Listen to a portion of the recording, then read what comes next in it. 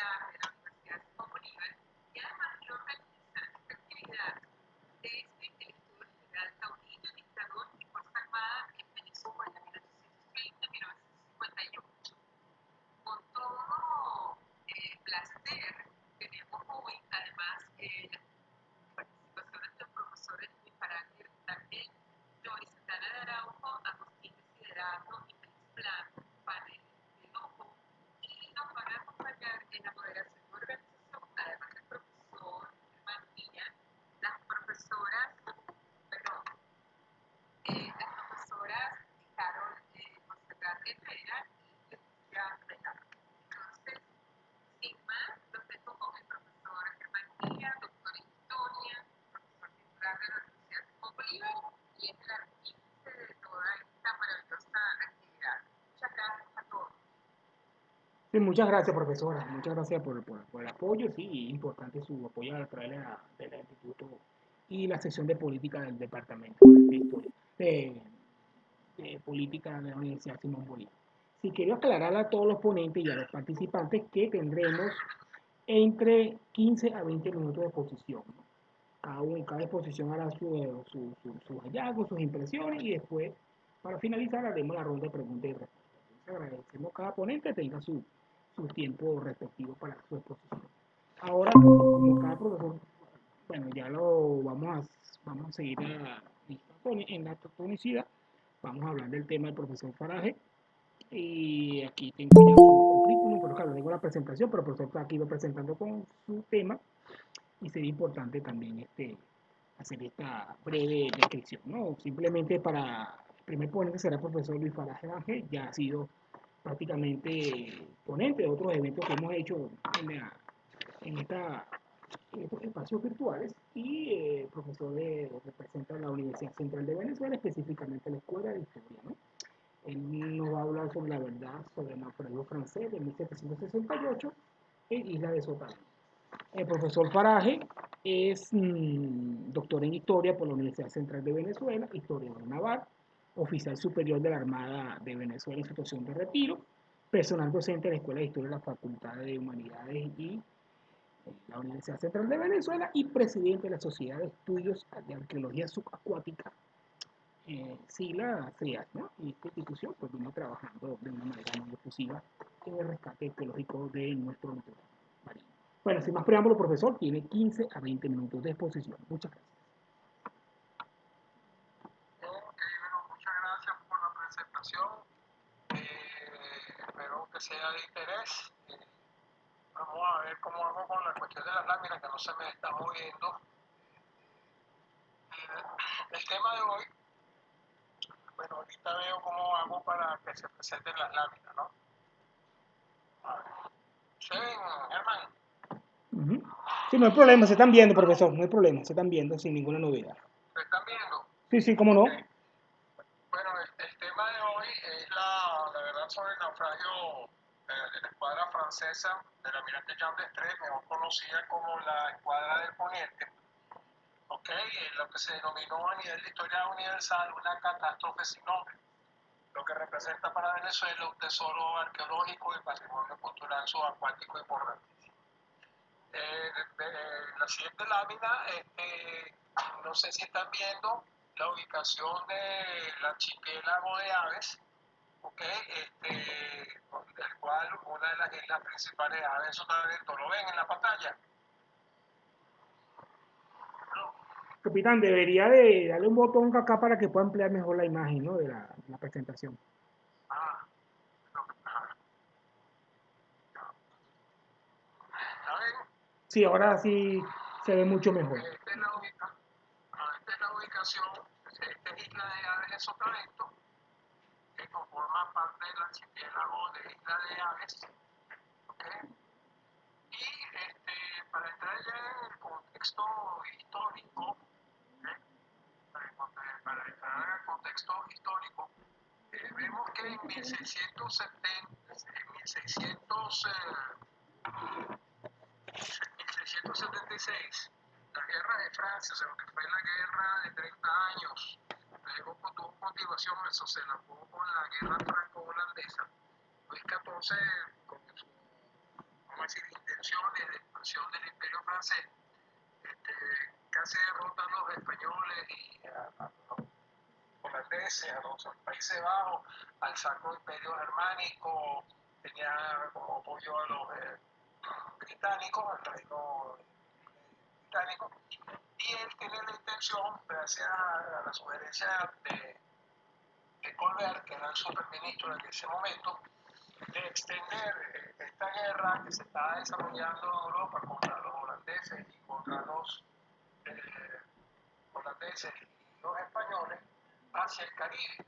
¿Por qué hacia el Caribe? Recuérdense que España en ese momento y Portugal tenía grandes riquezas, dado para lo que se llamó la carrera de Indias, la flota de Indias, la flota de galeones. Entonces a Luis XIV le interesaba, ¿cómo decir?, tener dominio de esas riquezas que tenía, que tenía España y Portugal. ¿Ok?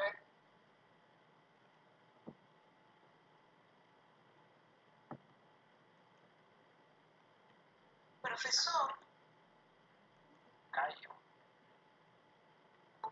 profe, Se fue como profesor Faraje. Vamos a ver que retornará dentro de poco. Callo. Sí, que también las conexiones están un poco fastidiosas, ¿no? Desde ayer, las conexiones a internet están muy... Venezuela en este caso, bueno, con TV está tediosa. sí, vamos a esperar unos minutos, probablemente se vuelve a conectar el profesor Faraje. Gracias, profesora Caro, muy amable por su apoyo acá, sí, para apoyarnos aquí con esto. Mientras que yo invito personas y usted está ya apoyando acá, ¿no, profesor?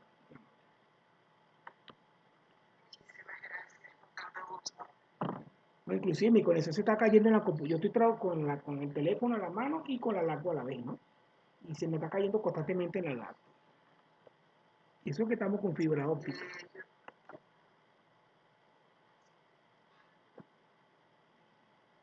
Yo tuve que conectarme con el celular.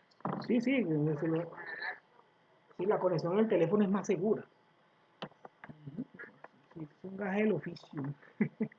Bueno, si no, vamos a darle, podemos darle. Ujú, muy bien. Sí, profesor Germán. Ajá.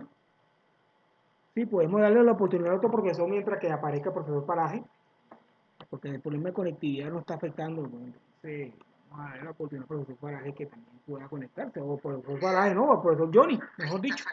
Ahí apareció, está bien, muy bien. Profesor Faraje.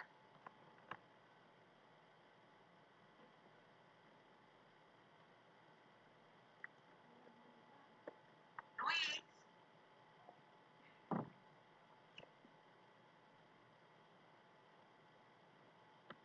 Luis.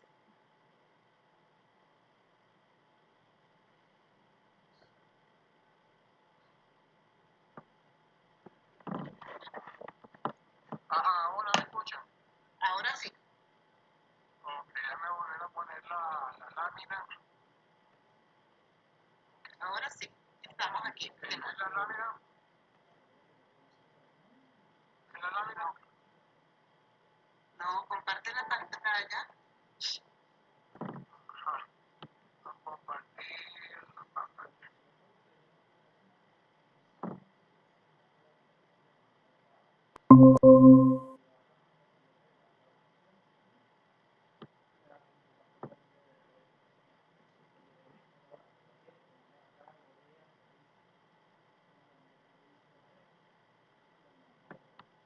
¿Presentar ahora o no? Presenta, sí.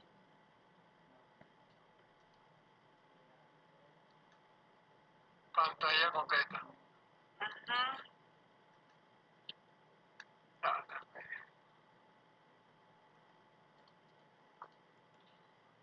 Ok.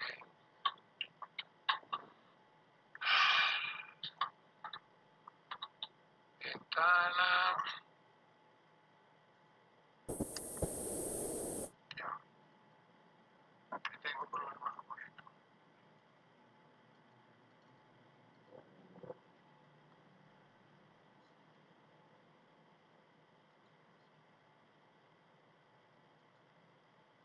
Pues no sé, de repente podemos que el profesor Johnny avance y mientras que el profesor Falaje Bueno, si quieres, sí, déjame organizarme, pero déjame ver la parte para compartir la sí, bien presentación.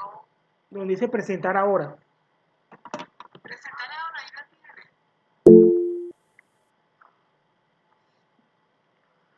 ¿Dónde está, chicas? No, déjame presentar.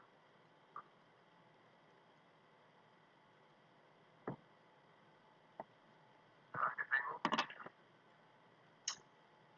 Si quieres darle a otro profesor el chance mientras yo me organizo acá, y así no se pierde el tiempo. Bueno, Sí, sí, bueno, haremos eso, capitán, tranquilo. Vamos a hacer esa para no darle dale la larga al presentación. asunto y Tengo no. Sí, problemas porque con la señal.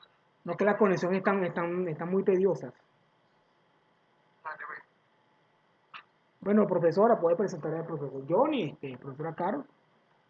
Ahora sí, Ok, profesor. profesor. Ok, sí. Bienvenido, profesor.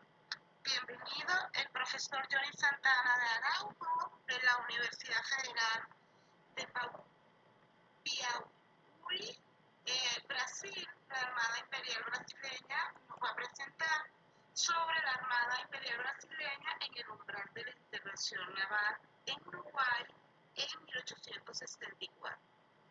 El profesor Johnny Santana de Araujo es doctor en Historia por la Universidad Federal Fluminense, es profesor de la Universidad Federal de Piauí, es miembro del Instituto Histórico y Geográfico Brasileño, del Vicerrectorado de Historia Militar en Brasil, miembro del Cuerpo de Investigadores Asociados del Centro de Estudios Investigadores de Historia Militar del Ejército y es investigador colaborador del Grupo de Investigación de Historia Militar del Centro de Historia de Portugal.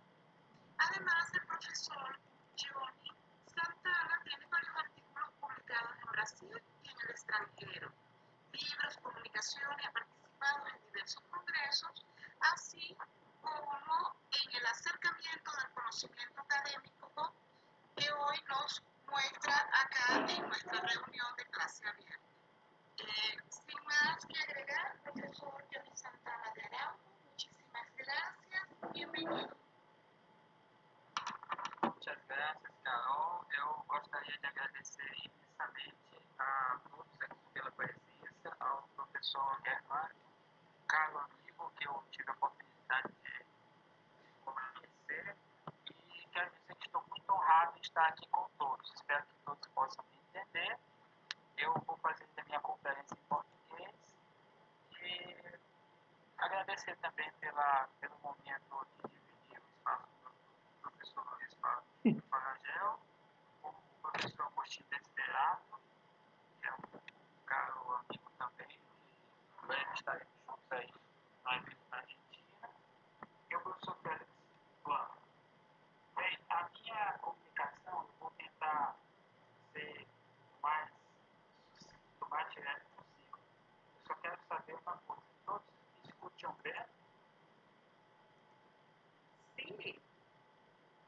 Bom, vou compartilhar.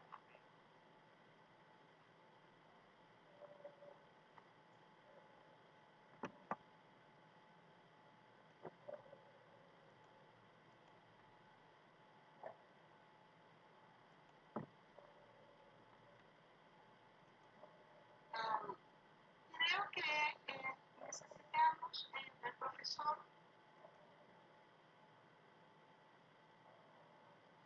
Una conversación. Tá? Ok? Conseguem ver?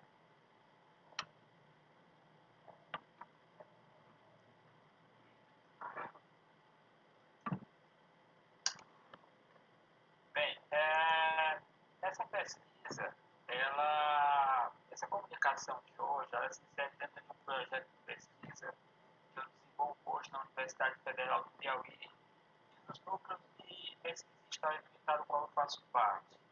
A pesquisa chama-se Nacionalismos, Guerras Modernas e Conflitos Contemporâneos. A comunicação que eu vou apresentar a vocês trata-se exatamente, aliás, o objetivo da pesquisa, da qual eu vou falar aqui para vocês, ela se insere exatamente nessas questões que eu vou apresentar. Demonstrar qual era o desenho da esquadra imperial brasileira entre os anos 1850 e 1864. Tentar rastrear e cartografar, aumentar a imagem,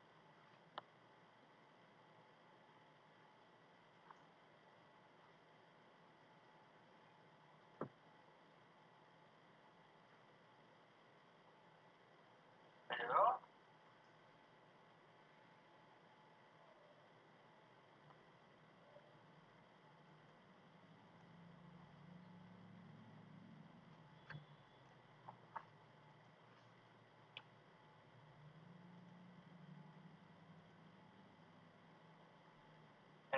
Tentar rastrear e cartografar quais eram as suas atribuições dentro do processo de construção dos Estados Nacionais na América do Sul.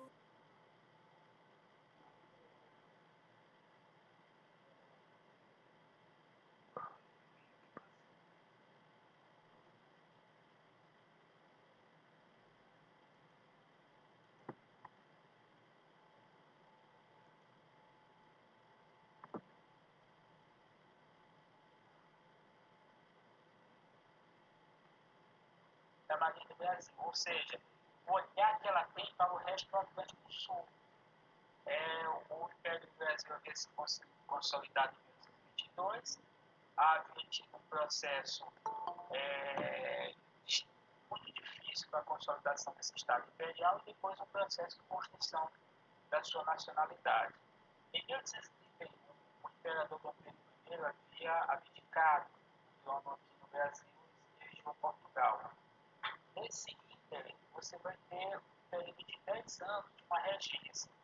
Essa regência acabou sendo um período muito difícil, porque acabou levando a uma série de possibilidades de ruptura institucional. Dentro dessa possibilidade de ruptura institucional no país, você vai ter paralelo a isso a construção da esquadra.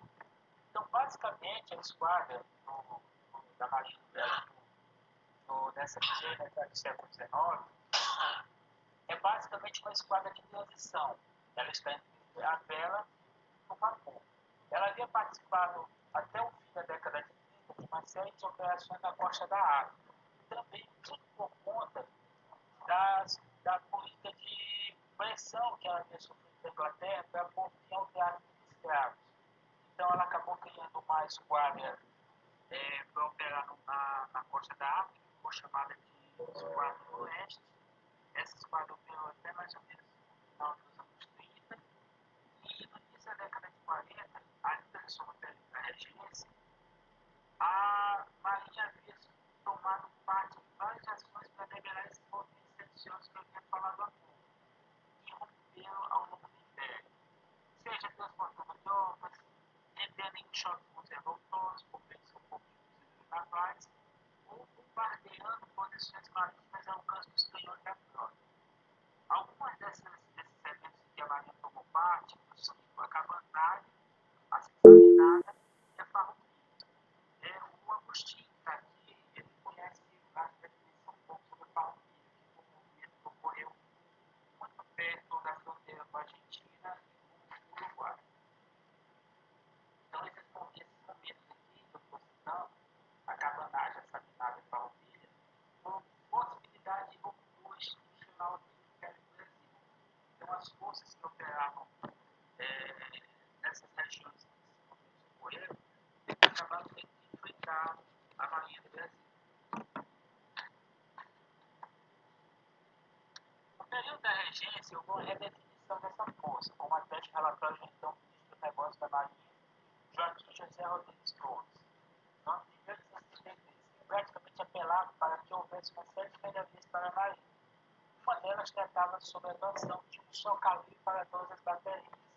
Ora, se eu falei que havia uma transição da vela para o vapor, havia também uma transição na sua capacidade de armamento. Então, nem todos os canhões ainda eram arraiados, haviam vários canhões que ainda eram de alma lisa, e isso representava um sério problema, até também por causa do tipo de munição que a Marinha ainda usava nesse período. Projetos de desenvolvimento da esquadra.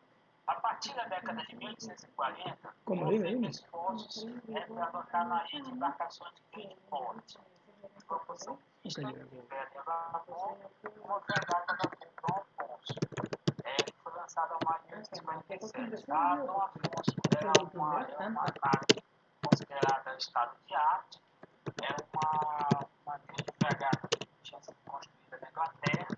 Ela tomou uma participação em vários eventos na região do Prata, particularmente a intervenção da Confederação Argentina de 1852, tomando parte na passagem de Torneleiro, e na sequência ela continuou tomando parte em vários eventos de intervenção nessa região, mas também na região oceânica. Então, isso é de grande importância para que a gente possa entender que a capacidade da Marinha não estava só concentrada no sul, mas também em outras partes do Império. Avanços na parte de armamento surgiram somente por volta de 1850, com a introdução de canhões de aço, e não mais de bronze, e substituição de canhões de alma lisa. Já no final desta década, o Brasil ganhou a sua primeira experiência com canhões raiados, carregados pela artilharia, com espécies de fogo instaladas na fragata Niterói. Antes da intervenção no Uruguai de 1864, a Marinha Imperial já havia realizado uma série de encomendas novas, principalmente em estados franceses, e houve um forte desenvolvimento da capacidade de produção de navios dos estados brasileiros, particularmente no arsenal da Marinha e no arsenal da Ponta da Areia, que pertencia ao industrial Evangelista de Souza. Veja, nesse período, que é um período de transição da primeira metade do século XIX para a segunda metade, você tem também a introdução de uma série de questões que contestavam a noção de existência do Império. Uma dessas questões é a compreensão da existência da escravidão. Ademais, você tinha também outra questão. Se o modelo econômico do Império era um modelo agrário exportador que privilegiava a escravidão, por outro lado, você também tinha uma perspectiva mais liberal que preconizava a existência de uma parada industrial. Uma figura-chave nesse processo, eu quero destacar, é exatamente o industrial Evangelista de Souza, que teve a preocupação de instituir um estaleiro que prestou vários serviços à Marinha do Brasil, inclusive fabricando os dois primeiros encoraçados de ferro que a Marinha não utilizou na sua costa oceânica, mas utilizou nas operações no Paraguai. De um modo geral, com a minha comunicação, eu vou estar sempre tentando sair um pouco dessa ótica, dessa ética das operações do Prata, e centralizar mais ainda em relação ao poder naval brasileiro no Atlântico. Então, mas eu quero só ressaltar que ele teve essa participação juntamente com o arsenal da Marinha, que ficava no Rio de Janeiro. Aí a fragata Amazonas, que é um navio bastante poderoso, e curiosamente, até para essa minha fala aqui, você não tem como colocar qualquer outro navio que não seja os navios oceânicos, obviamente, porque depois de 1864, quando a guerra começa com o Paraguai, há uma introdução muito grande de navios de caminhoneiras na Marinha do Brasil, de ferro, e navios de perfil baixo, que é o que a gente chama de monitor, muito baseado nos monitores americanos, né? O Merrimack era um deles. E a ideia é exatamente você ter uma imagem partida da Marinha, uma Marinha anterior até 1965, e essa Marinha que vai fazer as operações no Paraguai, que não nos interessa aqui. Mas a fragata Amazonas, ela também representa essa transição das operações do Atlântico Sul para as operações fluviais que ocorreram na costa do Paraguai. Bem, capacidade da esquadra. Quando ocorreu a elevação do imperador Dom Pedro II à maioridade, em 1840, a Marinha Imperial possuía mais de 90 navios de guerra, 6 fragatas, 7 corvetas, 6 18 escuras, 16 caminhoneiras, 18 escuras, 7 pataches, 6 barcos diversos a vapor e 3 navios de transporte, que eram charruas. Em termos de poder de fogo, a fragata Constituição ainda era o maior navio em número de peças, totalizando 28 a 38 bocas de fogo, canhões. Descendo na hierarquia tínhamos as 6 corvetas, eram todas movidas a vela e possuíam entre 11 e 22 bocas de fogo. Os vapores de guerra dividiam-se em 2 grupos, vapores aéreos e vapores a roda. Ao todo somavam mais de 20 embarcações e seu armamento variava entre 1 e 10 bocas de fogo. Existiam ainda os navios veleiros armados como banheiros, escuras, iates, banheiros escuros e banheiros barcas. Já em 1851, a Marinha Imperial tinha em torno de 61 navios, eram muito variados, entre os quais havia 36 navios armados a vela, 12 navios a vapor, 7 navios a vela desarmados e 6 transportes a velas, e 2 grupos desarmados, 2 cúteres e 13 barcos maiores que eram lanchões armados. Bem, aqui é uma imagem da fragata Constituição, que ainda era um navio ainda fortemente ligado a essa concepção de navios à vela. Ela não era um navio dotado ainda de vapor, mas ela já ainda era um navio muito poderoso e a saída de operação dela vai representar uma mudança drástica na capacidade naval brasileira, porque o navio que vai substituir é exatamente o vapor norte. E na sequência, vários navios muito poderosos que vão tomar parte nas operações no Atlântico Sul. Aquela foi uma época de muito progresso e tecnologia na construção naval. O arsenal naquele período construiu de forma pioneira os primeiros navios aéreos de cascos metálicos, a exemplo da caminhoneira Ipiranga, que foi lançada ao mar em 1954.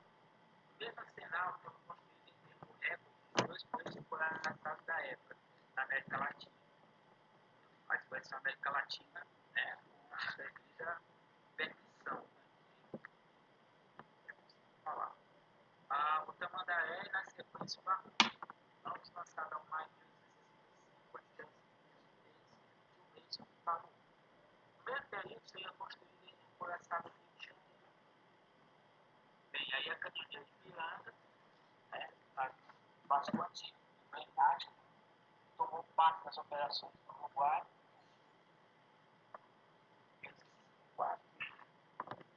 Bem, professor, e qual é a distribuição da esquadra? Até 1861, a Marinha do Brasil distribuiu suas embarcações independentes de grupos alocados em diversas estações. Assim, existiam 7 estações. Uma estação no Maranhão, em Pernambuco, outra na Bahia, outra no Rio de Janeiro, outra em Mato Grosso, outra no Rio Grande do Sul e uma no Rio da Prata. Havia ainda os navios soltos, que não estavam designados em nenhuma das estações, mas também não compunham a esquadra principal, atuavam de forma isolada. A partir de 1862, a frota foi separada em 3 divisões, sendo que a primeira divisão baseada no Rio de Janeiro, assim como a terceira divisão na região norte e nordeste, Mato Grosso e Rio Grande do Sul, mantiveram suas respectivas forças navais, mas agora denominadas de flotilhas. A estação do Rio da Prata foi mantida, assim como os navios soltos. Questões estratégicas e ações no Atlântico Sul. Bem, o que justificava as operações em mar aberto, né, que hoje a gente chamaria de conceito de esquadra de mar azul? Bem, os embates com a Royal Navy, em 1853, para quem não sabe, a Marinha do Brasil teve 2.500 embates em 1850 e 1853. Os enfrentamentos contra os navios das marinhas da União e dos Confederados em 1860 e 1863.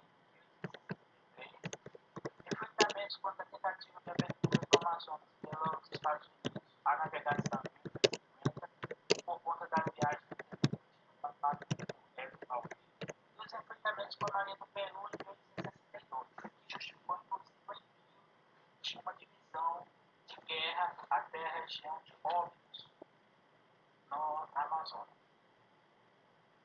Operação de intervenção contra o Uruguai. Em 1964, o Brasil acabou participando de intervenção militar no Uruguai, por conta da luta entre blancos e colorados, e o Brasil tinha um trunfo muito poderoso, que era exatamente a frota naval brasileira que estava estacionada no Uruguai.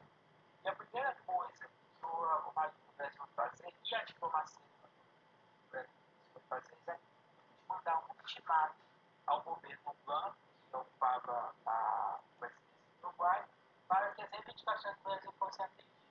Eu destacaria não tanto as operações de Paysandu e Salto, mas o bloqueamento da Colômbia e Sacramento e Montevidéu, porque são cidades ligadas à costa oceânica do Uruguai. Nesse processo, as colônias a vapor Parnaíba e Araguari tomaram participação. Então, aqui a gente tem a imagem do Parnaíba logo depois da Guerra do Paraguai, e essa litografia feita da Araguari publicada numa revista inglesa em 1958. Mapa de operações da estação do Rio da Prata. Eu falei a vocês, né?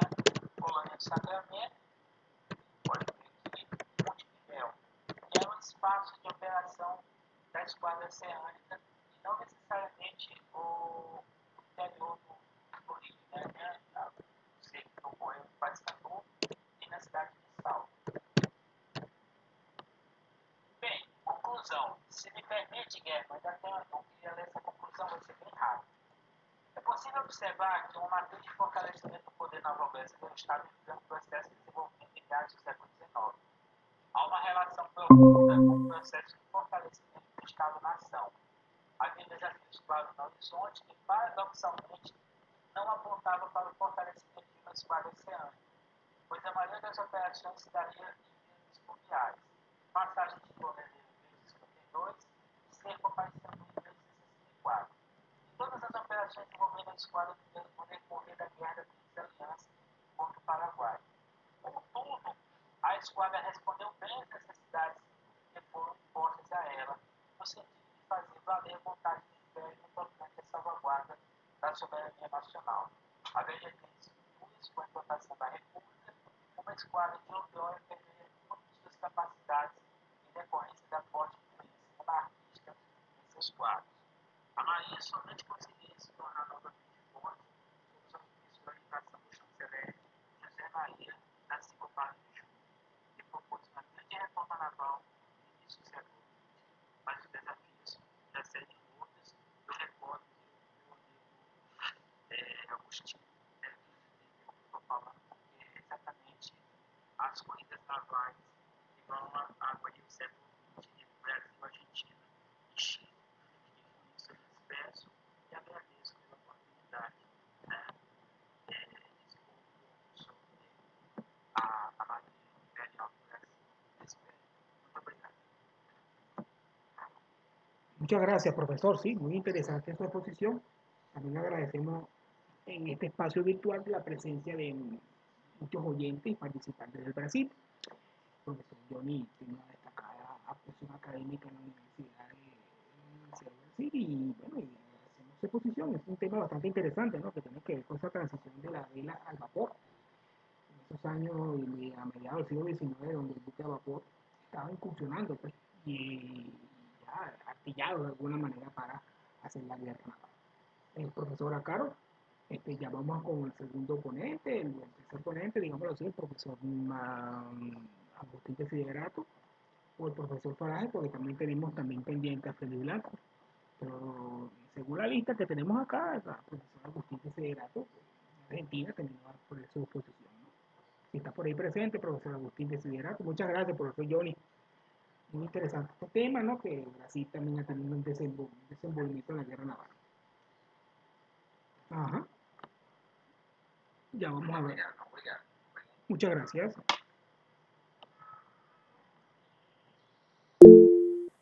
Que aquí el problema de la internet, estoy en fibra óptica y está fallando, ¿no? La conectividad cae, va y viene, pero pues, con el celular está prácticamente estable. Sí, muy agradecidos. Muy agradecido con el profesor Johnny y estamos pendientes de iniciar nuestra actividad con el profesor Agustín Desiderato. ¿Está activo el profesor Agustín? Sí, acá estoy, ¿me escuchan bien? Muchísimas gracias, profesor Agustín. Bienvenido. El profesor Agustín nos va a presentar su ponencia titulada la Primera Guerra Mundial y el impacto cultural del arma submarina entre los oficiales de la Armada Argentina.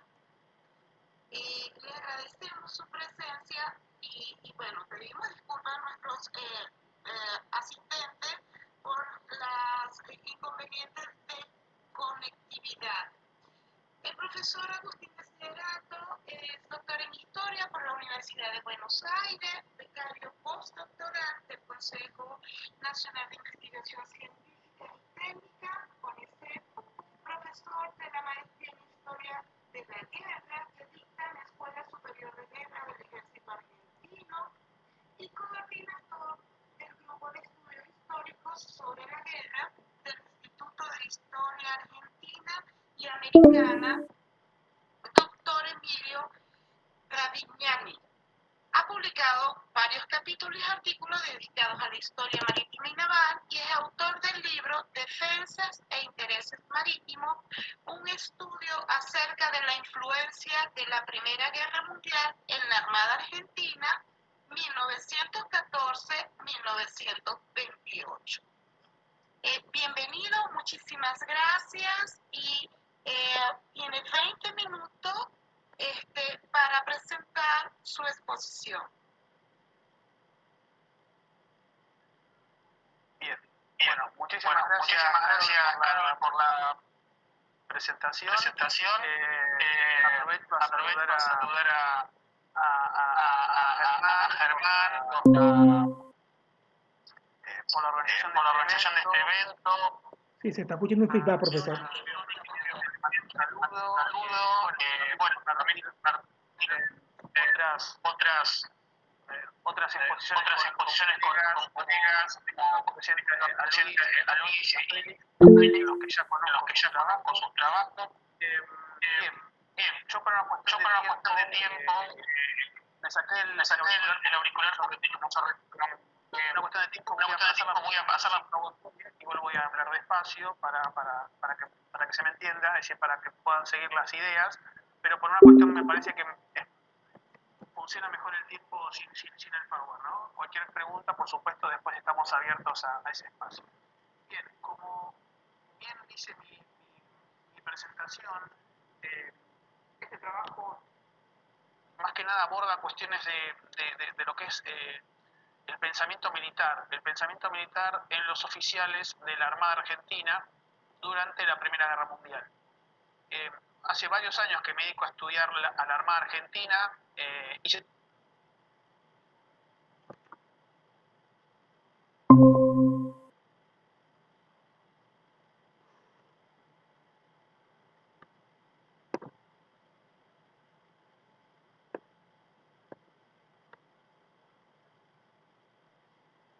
Fuerzas Armadas, y hoy les voy a presentar que tiene que ver con el arma submarina.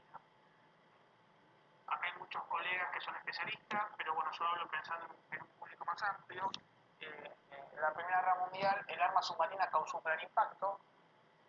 Recordemos que en la Primera Guerra Mundial, el Imperio Alemania, utiliza al arma submarina como un arma de contrabloqueo para ahogar económicamente y asfixiar económicamente a sus enemigos, principalmente al Reino Unido, como una respuesta al bloqueo naval que había encarado Gran Bretaña. Gran Bretaña, usando su superioridad naval, bloquea las salidas de Alemania, bloquea el Mar del Norte, el Canal de la Mancha y la entrada al Mediterráneo, porque controlaba Gibraltar.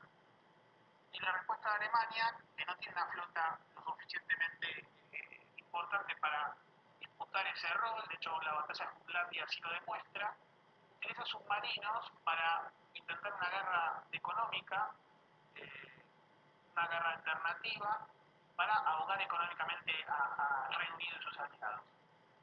Y esto es importante porque si bien el submarino tiene un desarrollo anterior a la guerra, la Primera Guerra Mundial es la gran vedette, podemos decir ahora, o el gran teatro donde el submarino hace digamos, donde se destaca, hace su aparición oficial. Es la guerra que permite al submarino mostrar a gran escala de lo que es capaz. Sin ningún conflicto anterior le había permitido al submarino hacer lo que hace en la Primera Guerra Mundial, ¿no?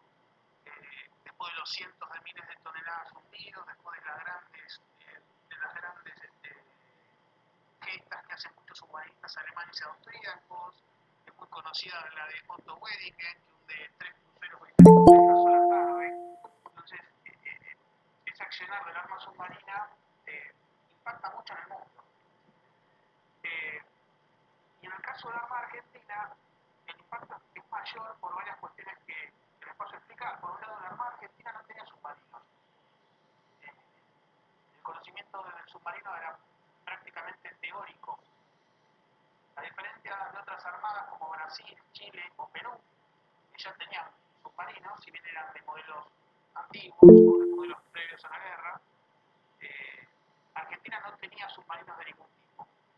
Los primeros submarinos argentinos recién se incorporan en 1933, o sea, casi 20 años después de la guerra. Entonces, el conocimiento que tiene la Oficialidad Naval Argentina es teórico de submarinos, por revistas, por libros, por conferencias. Y otra cuestión importante también para marcar es que durante la guerra Argentina no logra tener observadores en las flotas navales. Es decir, logra tener oficiales del ejército, sobre todo en el caso del ejército alemán, logra tener oficiales del ejército en algunas operaciones terrestres, pero no logra tener oficiales navales en las escuadras, a pesar de que lo intenta, ¿no? Argentina es un país neutral, mantuvo su neutralidad durante toda la guerra y justamente por esas cuestiones las flotas combatientes no permiten a Argentina que tenga observadores. Bien, entonces las necesidades de Argentina son varias. Es decir, son muchas las cuestiones por las cuales Argentina necesita tomar contacto con los submarinos, y la lejanía es total. Además hay que agregar la parte geográfica. Argentina está muy lejos de los lugares donde los submarinos operaban. Los submarinos alemanes principalmente operaban en el Mar del Norte, en las aguas británicas y en el Mediterráneo. Entonces, Argentina en el Atlántico Sur naturalmente está totalmente alejada de las operaciones submarinas. Bueno, veo que hay problemas con mi cámara, no sé si soy yo, pero no importa, yo igual sigo hablando. Entonces, algunas cuestiones con esto del impacto. Por un lado, hay grupos de oficiales que están en contra del submarino. La Armada Argentina es una armada que, como pasa con muchas, y ha pasado con muchas, está profundamente influenciada por el pensamiento mahaniano, el pensamiento de Alfred Mahan, y da mucho protagonismo o mucha importancia al elemento de superficie. En el pensamiento militar uno estudia los trabajos o lee las conferencias de los oficiales argentinos. Uno lo que detecta es que el elemento principal es la escuadra, es el acorazado. Argentina tenía 2 acorazados tipo Dreadnought, del Rivadavia y del Moreno, que eran el baluarte del poder naval argentino, y 4 destructores muy modernos adquiridos en Alemania. Entonces, lo importante es la escuadra de superficie. Se cae mucho la conexión. Para estos hombres, el submarino es algo alternativo, algo secundario. En el teléfono sí funciona bien, pero en la laptop no.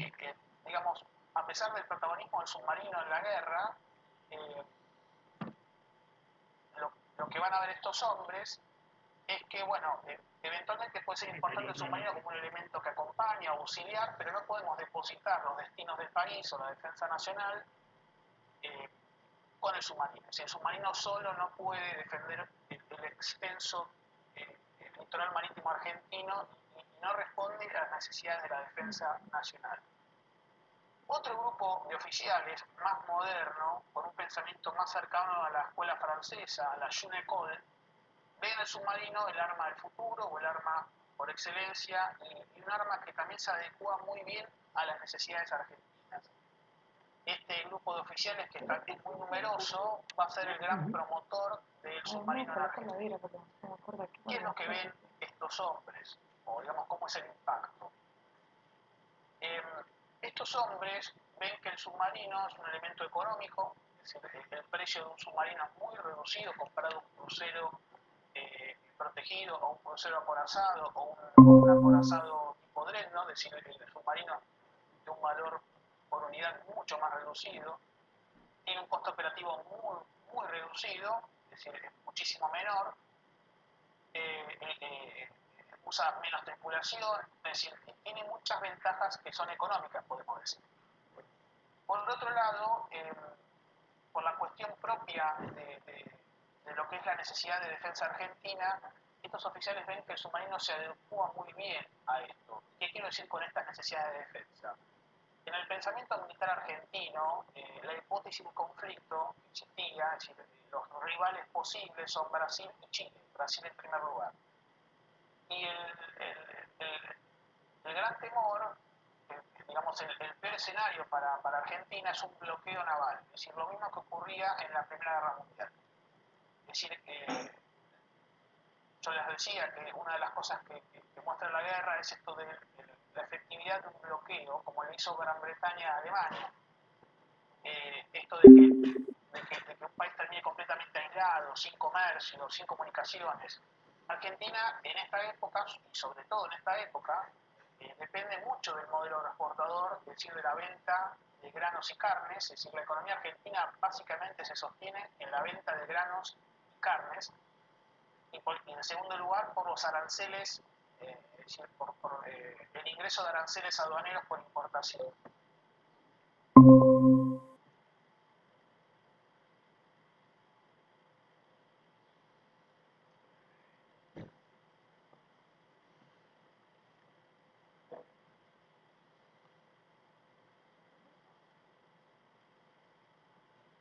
Puntualmente en 1826, es muy fácil bloquear el Río de la Plata, que es donde básicamente entra toda la mercadería argentina, ¿no?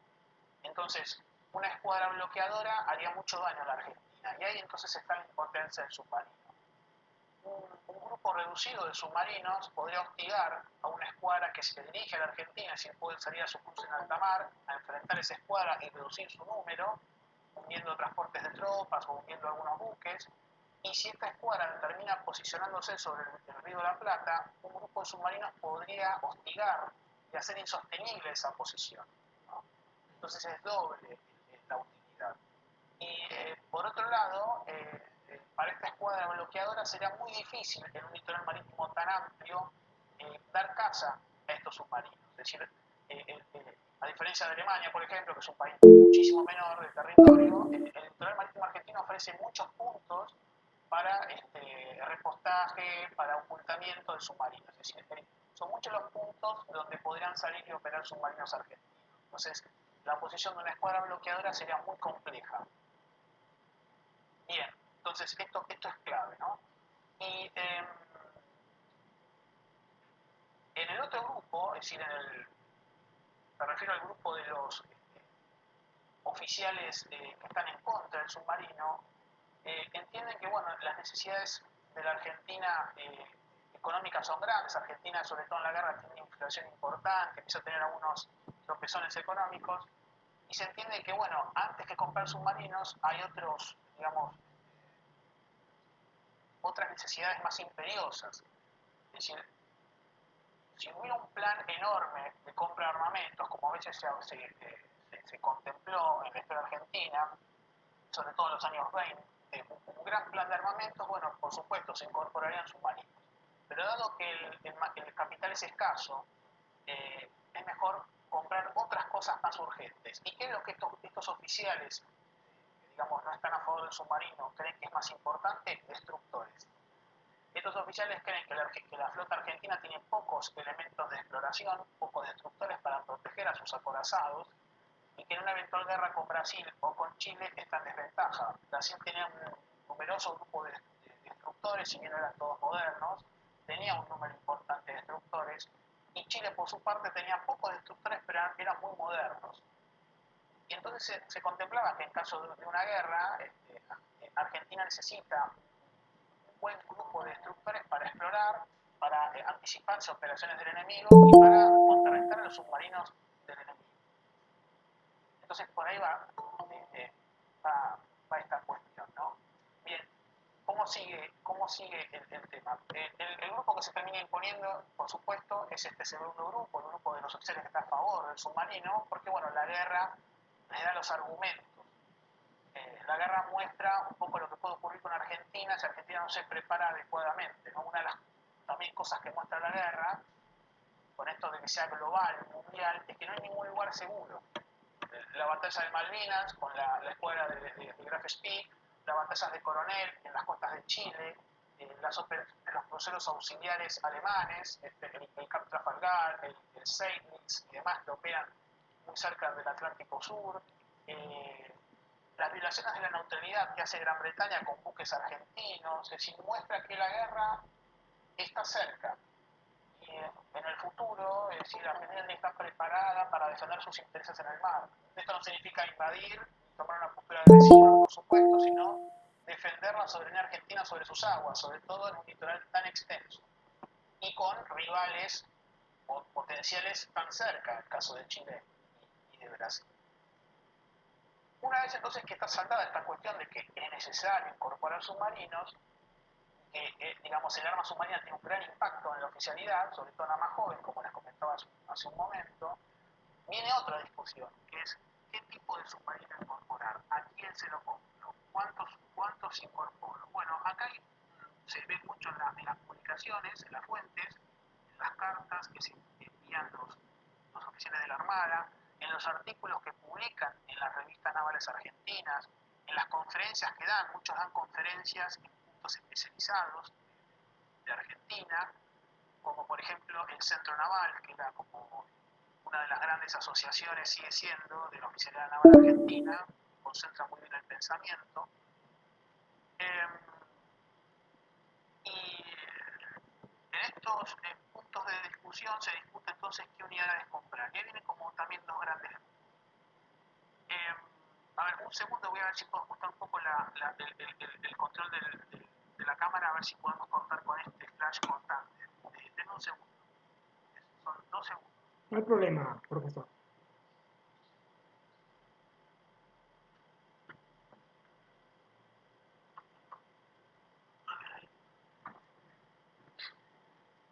Ahí está, me parece que ese fue el flash. Bien, retomo entonces. Bueno, esta discusión, decía, tiene dos grandes grupos. Bueno, ¿qué es un marino incorporado? Hay un grupo que está a favor de un submarino pequeño, tipo costero, como muchos alemanes también usaban, o los austríacos en el Mediterráneo, es un submarino de pequeño porte, ideal para las operaciones en la costa argentina, mucho más económico, de mucho menos mantenimiento, que emplee menos hombres, que eventualmente puedan tender minas en puntos de Argentina. Y el otro grupo estaba a favor de un submarino más grande, de tipo oceánico. Argentina termina incorporando el tipo oceánico. ¿Por qué? También, porque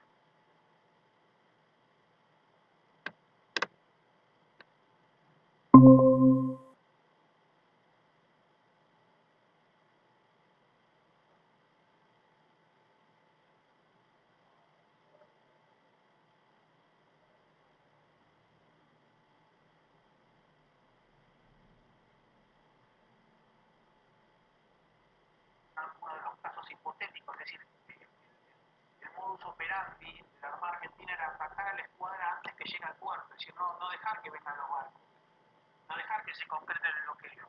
Era atacar a la escuadra enemiga cuando está en dirección argentina, es decir, interceptarla en alta mar. Y los submarinos costeros esto no lo pueden hacer. Entonces ese es un primer punto en contra. En cambio, el submarino oceánico no solamente puede atacar a la escuadra enemiga en su aproximación, sino que tiene un arsenal mucho más numeroso, tiene mucha autoridad autonomía, sobre todo para utilizarlos en caso de guerra con Chile.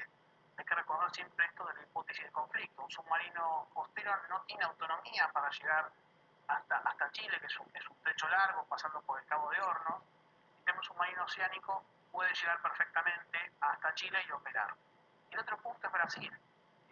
La Armada tenía, es decir, sus buques no tenían autonomía para llegar al norte profundo de Brasil, llegaban hasta la altura del río de Janeiro. Después necesitan puntos de reportaje para carbón y demás. Yo ya voy cortando, sé que me faltan un minuto y pico. Entonces, un submarino oceánico de largo alcance permitiría atacar barcos, atacar comercio mercante, buques, en puntos donde Brasil no se lo espera. El grupo que termina triunfando es este, por eso Argentina incorpora después los famosos tarantinos, es decir, buques italianos, que se hacen en el astillero de Tarento, que son grandes buques oceánicos, buques de gran porte, ¿no? Entonces, para resumir, yo ya sé que estoy en tiempo, lo que yo hago con este estudio, que bueno, fue parte de mi tesis doctoral, yo después lo planteé en algunos capítulos, es mostrar cómo Argentina, un país tan lejano, igual esto podría extrapolarse a otros países de la región, que también comparten las cuestiones de Argentina, es decir, la lejanía, a pesar de la lejanía y de la neutralidad, tiene ese impacto, ¿no? Y que el grupo de oficiales de la Armada, repito, neutral, discutió en su seno cosas muy puntuales de la guerra, en este caso la guerra submarina. Y esa discusión devino, es decir, provocó transformaciones. La Armada Argentina hace sus incorporaciones de submarinos a partir de lo aprendido en la Primera Guerra Mundial. No es una decisión que se toma en el vacío, sino que es una decisión que responde a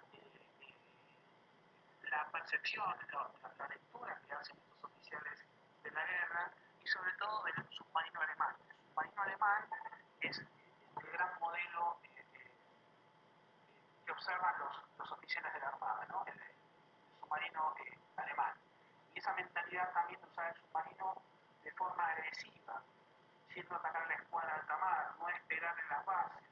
También grandes buques que hagan grandes operaciones, eso también un poco tomando al submarino como lo tomaban los alemanes, es decir, como un arma principal, no como un arma secundaria, como en la época difundía el pensamiento mahaniano. Bueno, ya sé que estoy en tiempo, les agradezco por haberme escuchado y bueno, después estoy abierto a preguntas o cualquier consulta. Muchísimas gracias. Muchas gracias, doctor. Profesor Agustín Desiderato, muy amable por su exposición. Muy interesante este tema. Por cierto, ustedes están ahorita armando un próximo evento para este año sobre historia naval también. Recuerdo, ¿no?, que esto ya lo anuncio por usted, por la institución que usted representa. Sí, ese tema de la carrera naval con Chile, ¿no?, muy interesante. Argentina y Chile desarrollaron al comienzo del siglo XX una competencia naval por los desarrollos de buques acorazados, ¿no? El uso de submarinos, por cierto, que en Venezuela llegó, si no me equivoco, Capitán Faraje, en el año 65 del siglo XX, ¿no? El uso de submarinos, mientras que el Perú en el año 26 tenía ya unos submarinos activos en su armada, ¿no? En la armada peruana, ¿no? Hay que ver también cómo se desarrolla, un estudio comparativo, ¿no?, del uso del arma submarino, que para la Primera Guerra o la Gran Guerra fue un arma muy novedosa y que llegó, pues, a cambiar el curso. Bueno, sin más preámbulos, vamos a seguir esta tónica. Vamos a la profesora Caro, pues ya la dejo otra vez con los micrófonos. Profesora Caro.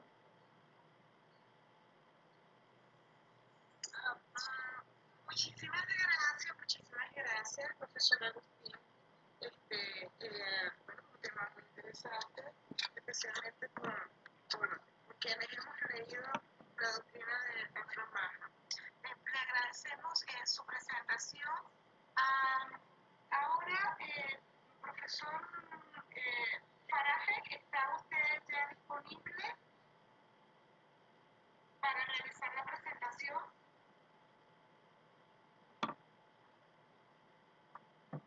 Profesor Félix. El profesor Félix Blanco. Sí, yo creo que lo ya. Profesor Faraje. Sí.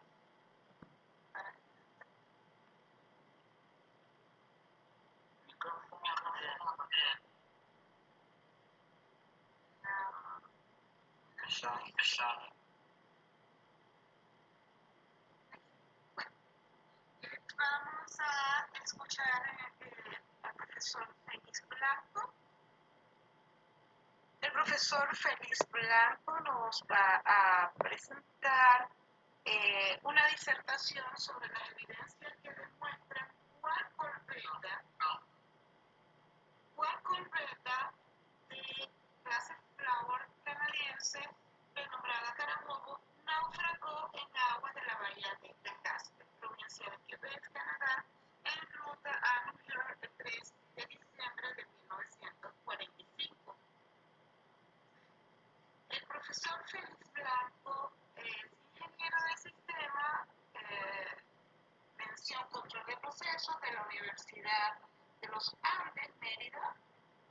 También es magíster terciario en ingeniería electrónica e instrumentación de la Universidad Experimental Politécnica Antonio José de Sucre. En el vicerrectorado de Barquisimeto, Venezuela. Es miembro de la Asociación de Ingenieros Profesionales y Geocientíficos de Alberta, provincia de Alberta, Canadá, miembro de la Asociación de Ingenieros Profesionales de Ontario, en Canadá, ingeniero de control de procesos de Scottsburg, Chair Campbell Energy y miembro del Grupo de Historia Naval de Venezuela. El profesor Félix Blanco tiene 20 minutos para presentar y honrarnos con su presencia en nuestra clase abierta dispuesta para hoy. Profesor Félix Blanco, bienvenido.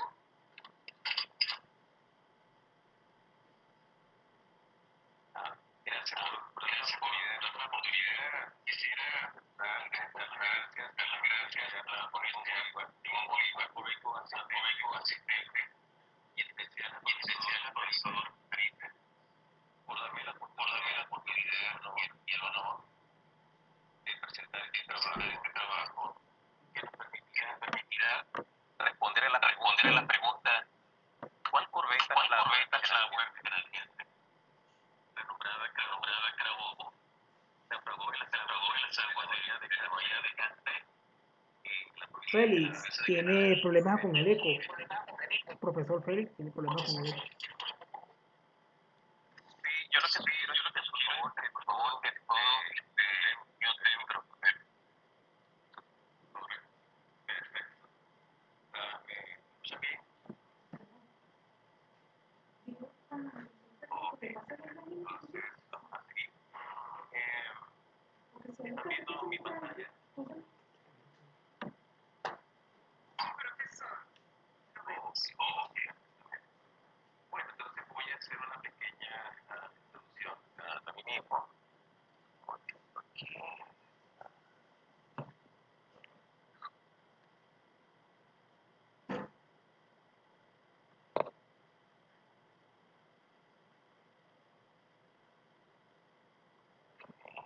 A ver si por acá. Un segundo.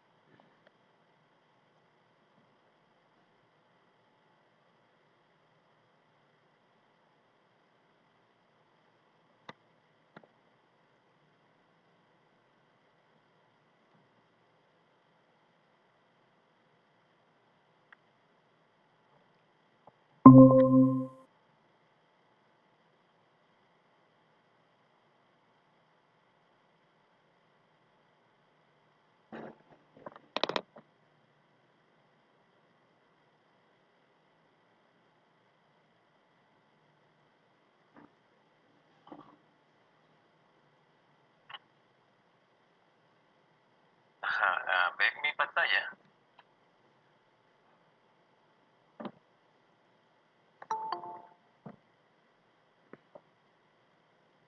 Profesor, no. No. Ok, so. Bien.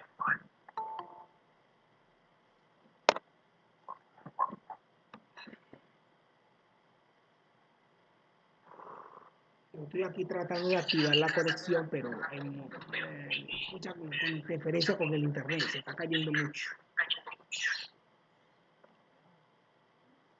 Y de todos modos, entendí la presentación. la puedes transmitir en tu computador.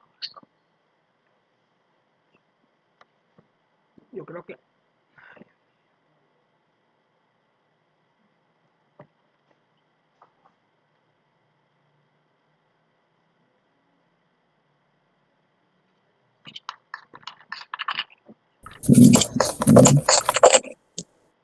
Voy a hacer la presentación desde aquí.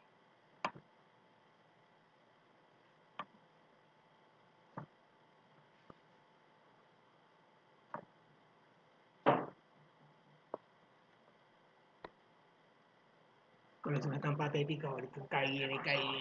Viendo la presentación. Estoy tratando de encontrar la pantalla que debo compartir, pero no lo dejo. No, pero aquí está. Ok. Esta es. Perfecto. Ve mi pantalla, ¿correcto?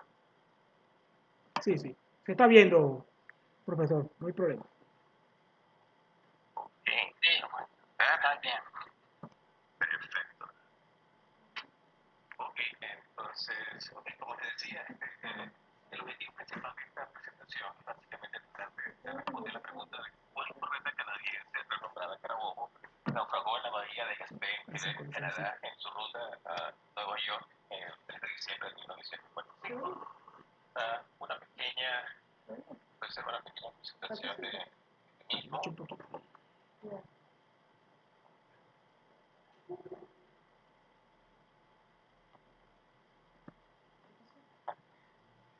Trato de mover la pantalla.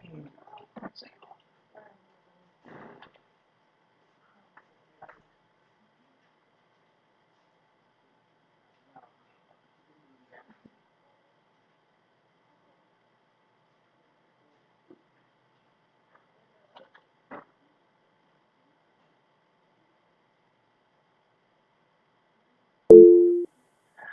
Logro mover las pantallas.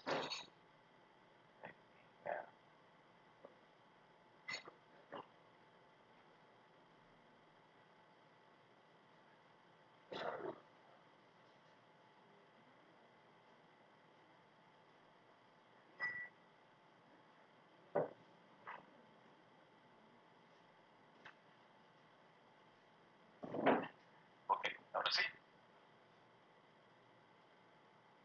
¿Me escuchan? Ok, profesor, sí. Perfecto. Ok, eso, una pequeña introducción. Ya me han dado algunos datos de mí mismo. Aquí pueden ver algunas instituciones en las cuales he estudiado, algunas empresas a las que he pertenecido y sobre todo lo que quiero mostrar en todas sus ocupaciones es básicamente el estudio de la historia aeronaval de Hispanoamérica y pues también algunos hobbies como el KS2 y Star Wars. So, ¿cuál fue mi motivación para hacer este trabajo, esta investigación? Todo comenzó con la lectura del artículo publicado por Ramón Rivero, en el que él habla de todo el proceso de adquisición de las corbetas Flower para la Marina venezolana, todo el proceso de adquisición, de compra, la parte política, también algunos datos técnicos. Inclusive se habló de viajes desde Canadá hasta Venezuela, e inclusive después.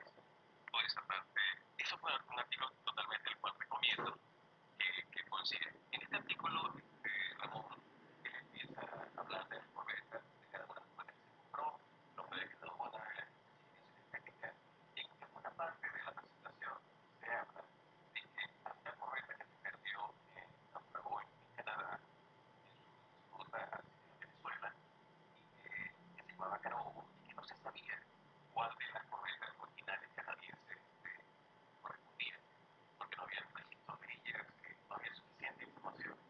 Entonces, en ese momento yo dije, bueno, esto no pareciera que fuese algo muy difícil de hacer. En Internet, en los registros en línea debe haber muchísima información. Entonces empecé a hacer mi búsqueda, bueno, mi cuenta, todavía ni siquiera pensando en que iba a hacer una investigación formal. Y entonces empecé a buscar todos los registros relacionados en el que se hablara de la corbeta Carabobo y cualquier información que me pudiese leer. Entonces empecé a encontrar que en los mismos registros que habían de internet de estas corbetas, había discrepancias. Por ejemplo, en la página oficial de Canadá, del gobierno de Canadá, dice que la corbeta canadiense que se perdió y se llamaba Carabobo era la Amherst. En otros registros, en otras páginas, en otros sitios web, por ejemplo, como ubob.net, dice que la corbeta Kansas es realmente la que se perdió en el año 1945, pero a su vez, en la misma página de ese mismo sitio web, dice que la Amherst es la que realmente se perdió en su camino hacia Venezuela. Entonces hay discrepancias en cuanto a la información que existía. Entonces, por lo tanto, dice, bueno, esto realmente no va a ser mucho para resolver la pregunta. Inclusive en los registros venezolanos también había discrepancias. Por ejemplo, aquí en este del Museo del Transporte, en un artículo de la corbeta que produjeron los monjes, dice que la corbeta Kansas es la que realmente se perdió y que se llamó Carabobo en su tiempo. Entonces, esta discrepancia me dio la curiosidad de seguir investigando. Entonces empecé a buscar todo lo que pudiese encontrar en línea al respecto de estas novelas, como registro de inmigración, publicaciones periódicas, artículos existentes, publicaciones en línea, fotografías, todo eso. Y mis fuentes fueron librerías y archivos en línea de instituciones reconocidas, también de bibliotecas por ejemplo, propuestas, también muchísimos libros, he leído muchísimos libros, también sobre todo entrevisté a historiadores, investigadores, como ya comenté, por ejemplo, al señor Ramón Rivero Blanco, también inclusive entrevisté a los locales de Canadá al respecto de esto, y toda esa información la utilicé para hacer mi investigación.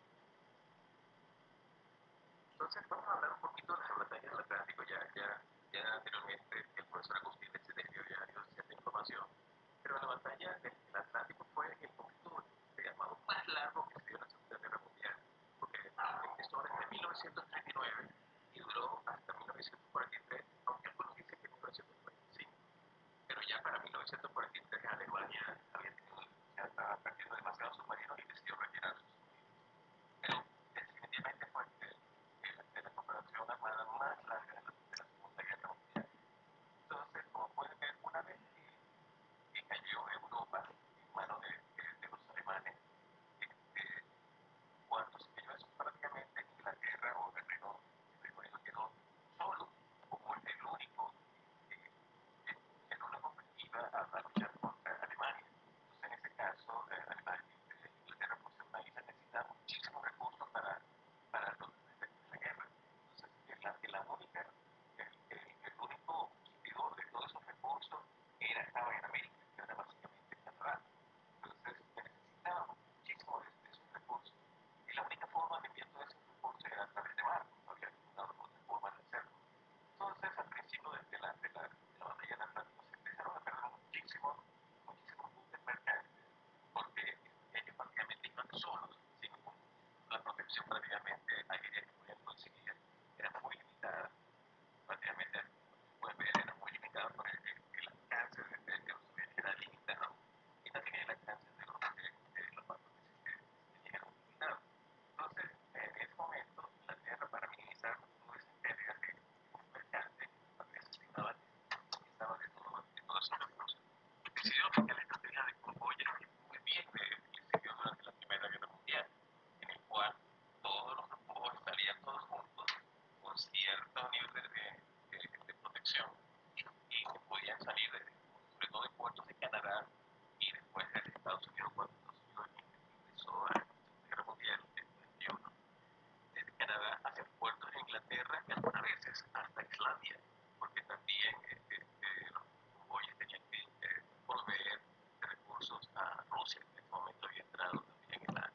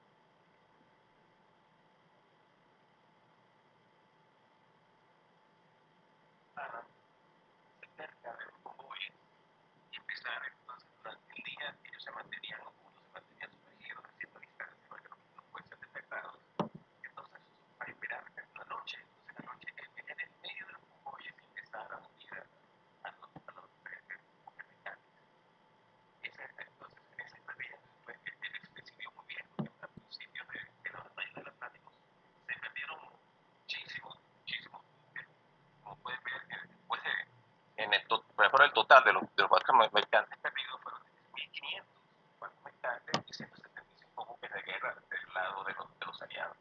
Era una pérdida muy grande y que los ingleses no podían soportar. Recuerden que los ingleses estaban solos.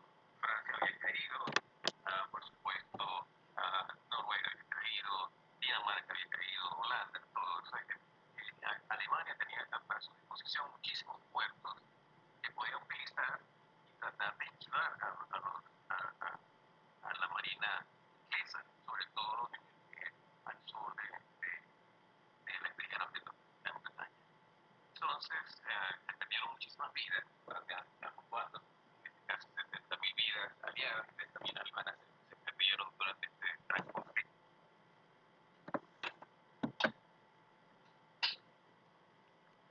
Entonces, la solución para este problema, todo podríamos decir son gracias. Entonces, la solución los ingleses, la solución que buscaron los ingleses para contrarrestar la estrategia de la manada de lobos fue buscar barcos que pudiesen producir en masa, que fuesen baratos, que fuesen fáciles de construir, que pudiesen construir rápidamente para poder sustituir cualquier pérdida que pudiese ocurrir durante las excursiones. Y la solución que ellos proyectaron es utilizar el programa de clase Flower. Este diseño era de William Reed en 1939, que originalmente era un buque civil. Básicamente el diseño era un barco ballenero, No sabemos esta, pero al momento de presentarse fue perfecto, porque era un buque sobre todo en Canadá, era donde había mayor libertad por la lejanía de la guerra, donde se podían construir los astilleros canadienses. Los canadienses estaban dispuestos a hacerlo, y era un buque fácil de construir y era barato, se podía construir en masa. Básicamente, la corbeta, el nombre de corbeta se la dio Winston Churchill, se la dio a este tipo de barco. Entonces, como se pueden ver, el barco no era muy rápido, apenas alcanzaba 16 nudos, pero para el propósito por el cual fue diseñado, para la lucha antisubmarina, era más que suficiente. Básicamente, lo importante de este buque eran dos cosas. Primero era el uso del sonar, así como lo llamaron los ingleses. Era el uso del sonar. El sonar es un método de detección activo que permitía detectar los submarinos cuando estaban sumergidos y localizarlos. Y después, una vez que los localizaban, entonces podían utilizar las cargas de profundidad, de que básicamente las dos armas con las cuales estos corbetas poseían eran los rieles por su carga de profundidad, lanzadores de carga de profundidad y sobre todo el uso del sonar. Entonces, una vez aplicado, porque yo les digo que los ingleses utilizaron a las corbetas, ellas se dieron cuenta no estaban bien armadas para conflicto contra otros barcos de superficie, más que todo para uso para guerra antisubmarina, era porque ellos tenían que utilizar sus otros barcos, otros cruceros, otros instructores en otros teatros de operación, como por ejemplo el norte de África, al sur del Atlántico, en cualquier otro lado, y solamente destinaron las corbetas para este uso. Entonces aquí pueden ver en el mapa cuál fue el gasto relacionado a la Royal Canadian Navy, básicamente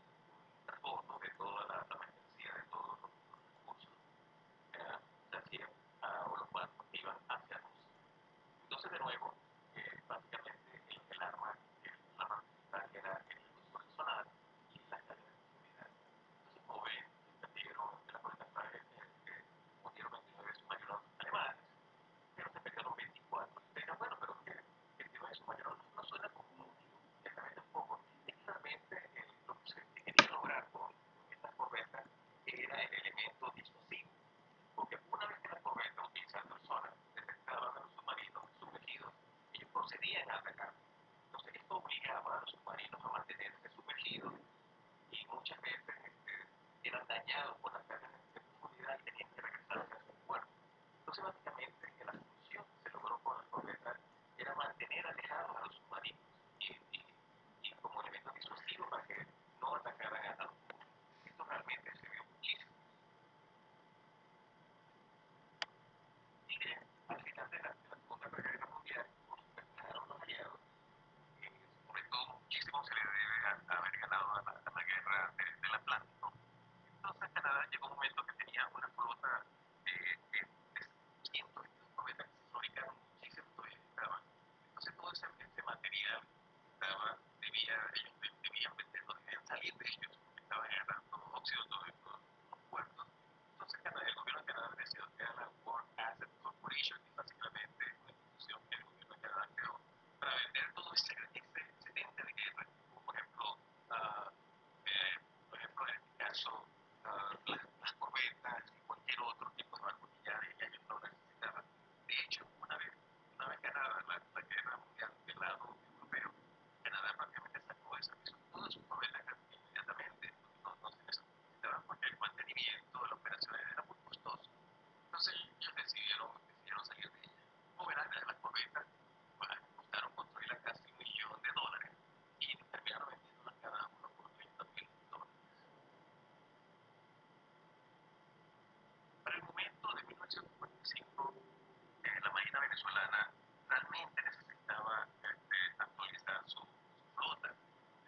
Básicamente la flota que poseía Venezuela en ese momento eran algunos cañoneros, todo de mucha vida ya, bueno, la gran mayoría ya estaban pasados de su vida útil, obsoletos, no había suficiente número que pudieran servir, entonces Venezuela estaba urgida de actualizar su flota. Entonces, aquí puede haber algunos ejemplos, por ejemplo, teníamos, por ejemplo, en el caso del general Sublet, que es un cañonero que realmente era un layer miner, o sea, que colocaba minas en la armada italiana, en la alta regia marina italiana, y fue comprado en el año 1938, o sea que ya para 1945 ya tenía 18 años, es muchísimo para los barcos. También, inclusive, pueden ver que tenemos el cañonero Miranda. El cañonero Miranda fue un cañonero que tuvo España, que lo perdió durante la guerra en España con Estados Unidos, y una vez que terminó la guerra, España lo vendió a Venezuela, pasó de llamarse Diego Velázquez, pasó ahora a llamarse cañonero Miranda. Entonces, como verán, tenía para 1945 50 años de vida en ese momento. Entonces, Venezuela se aprovechó de ese plan de venta de Canadá para comprar y deshacerse de corbetas. En este caso, compró 7 corbetas de la clase Flower en septiembre de 1945, que fue cuando se puso la orden de compra. Por favor, tengan en mente este mes, septiembre de 1945. Déjenlo en mente, después llegaremos otra vez a ellos. Entonces, Venezuela pagó en total $230,000 americanos, y eso prácticamente daba casi $33,000 por corbeta. Eso es prácticamente una ganga, le decimos de muy populares. Entonces compró la Algoma, la K-127, la Amherst, la Dovegan, la Kamsak. Ellas pasaron a ser la Constitución. Aquí vemos que la Amherst no sabemos, puede ser la Federación, puede ser la Carabobo, cualquiera de ellos dos, todavía no sabemos en este punto de la Constitución. La Dovegan pasó a ser la Independencia y la Kamsak pasó a no sabemos, puede ser la Federación, puede ser Carabobo. Profesor Félix, terminó su tiempo de exposición. Muchas gracias, sí. Sí, bueno, lo puede cerrar y cerrando ya culminó su tiempo para darle oportunidad al otro ponente. Sí, bueno, lo importante, bueno, aquí realmente esa corbeta, 3 de ellas decidieron irse por sus propios medios, desde Israel hasta Nueva York, y una de ellas se perdió, que fue la corbeta Carabobo, se perdió en diciembre. Entonces, aquí pueden ver un cambio en su ruta original. La corbeta colisionó con un arrecife y no sé si hundió en 1955. O sea, como pueden ver aquí, ya los periodistas en este momento empiezan a decir que la Carabobo era formalmente la corbeta Amherst. Entonces, pero ya para cerrar, después de toda esta información que fui obteniendo, muchísima información me llegaron a través de las publicaciones periódicas, pero básicamente la que me dio al final la pista de cuál fue la corbeta que se hundió ese día, fue que es el registro de inmigración en Nueva York, que dice que la corbeta Comstock llegó al puerto de Nueva York el 24 de diciembre de 1945. Entonces, por descarte, si la Comstock llegó a Nueva York en el tiempo debido, entonces por descarte la Carabobo tiene que haber sido la Amherst. So, básicamente esa fue la decisión que he basado en las evidencias que encontré. Y bueno, esta es mi conclusión. Entonces la Carabobo es la corbeta. Bueno, muchas gracias, Gracias por su profesor Félix. atención. Sí, muy investigado particular, pero el profesor Félix viene trabajando otros temas de esta fragata o las corbetas, mejor dicho, Flower. Muy poco conocidos en la historia naval venezolana, ¿no? Hablando ya de los 40, en pleno epicentro de la Segunda Guerra Mundial y Venezuela, pues. Este tipo de embarcación pues, fue muy importante para la guerra submarina, si no me equivoco, ¿no?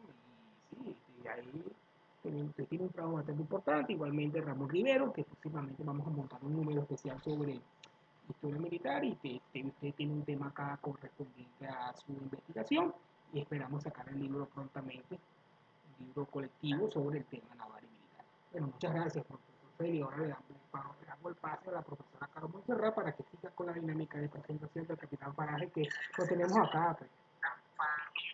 Gracias, profe. Gracias, profe. Muchísimas gracias, profesor Félix. Interesante su disertación y su investigación. Le agradecemos su tiempo y su presentación. Orgullo venezolano. Vamos ahora con el capitán de navío, profesor doctor Luis Paraje. El profesor Luis Paraje va a hacer una disertación sobre la verdad del naufragio francés de 1768 en aves de sotavento. Una investigación que ha sido documentada bajo la valiosa colaboración del profesor Paraje y especialistas arqueológicos marinos sobre el tema. El profesor Paraje es licenciado en Ciencias Militares, es doctor en Historia por la Universidad Central de Venezuela, se ha desempeñado en el área de logística operacional, es oficial de operaciones y navegación, abastecimiento, suministro de aviación naval, gerencia en sistema de inventario y almacenamiento, compras internacionales y nacionales, administración financiera, administración de bienes inmuebles y activos, exploración e investigación de arqueología submarina. El profesor Paraje es profesor de la Escuela de Historia de la Universidad Central de Venezuela y en este momento nos honra con su presencia. El profesor Paraje tiene 20 minutos para realizar su exposición. Bienvenido.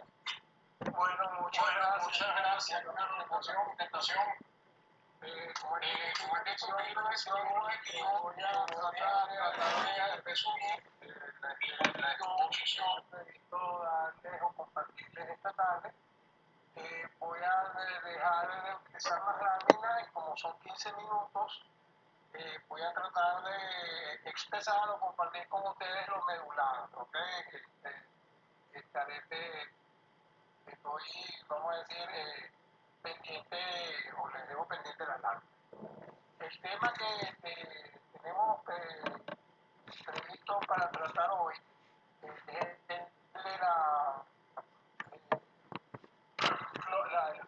naufragio de la flota del almirante Jean d'Estrées, ¿okay?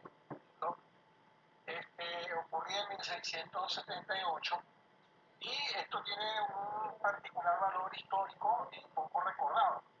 Como comencé diciendo al principio, al inicio de la fallida, inicio de exposición, las incursiones francesas en 1676, 1677, 1678 fue la extensión de las guerras europeas que se estaban librando en el viejo continente en ese momento, tal como la la llamada guerra franco-holandesa o la guerra de deuda, que fue una extensión de la guerra de los 30 años. Luis XIV, con el empeño de expandir su imperio y el dominio en la flor de lis, que hace una incursión a Mar Caribe, a las Antillas, para ampliar su poderío y hacer un castigo hacia un ataque hacia las posesiones holandesas y a las posesiones españolas que se encontraban en este imperio. Entonces, él arma una flota y designa al mariscal conde Jean d'Estrées, conde segundo d'Estrées, para que tomara Cayena y tomara Oahu, cosa que misión que cumple. En 1676 toma Cayena, una batalla bastante grande, de bastante dimensión, de bastante magnitud, y luego en 1677 toma la isla de Tobago.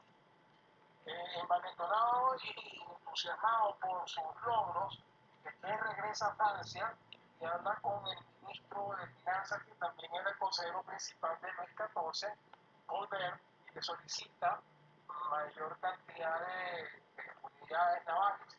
Y arman una escuadra formidable de buques de línea de segunda y tercera generación, de los cuales muchos tenían 77, 78 y hasta 80 cañones, eran buques de 3 puentes, en verdad para la época eran unas fortalezas que navegaban. Luis XIV le da una instrucción a D'Estrées para que castigara que tomara y castigara a la posición holandesa de Curazao, Bonaire y Aruba, y posteriormente tomara Maracay. Esa era la misión principal de D'Estrées, y la posibilidad de tomar también Trinidad, que pertenecía para ese momento al Reino de España. D'Estrées también recibe un comunicado o un documento de Luis XIV para que los filibusteros que se encontraban en la isla de la Tortuga, que estamos hablando es la que se encuentra al norte de Haití, donde prácticamente era la guarida o el puerto principal de los filibusteros franceses, los piratas franceses que los llamaban filibusteros. Esa isla estaba bajo el gobierno, la dirección del Monsieur Poincy, que era el gobernador de Haití, era, vamos a decir, el gran organizador de los piratas franceses. Llega D'Estrées con 7 buques de línea y 4 fragatas, para la época de una flota formidable.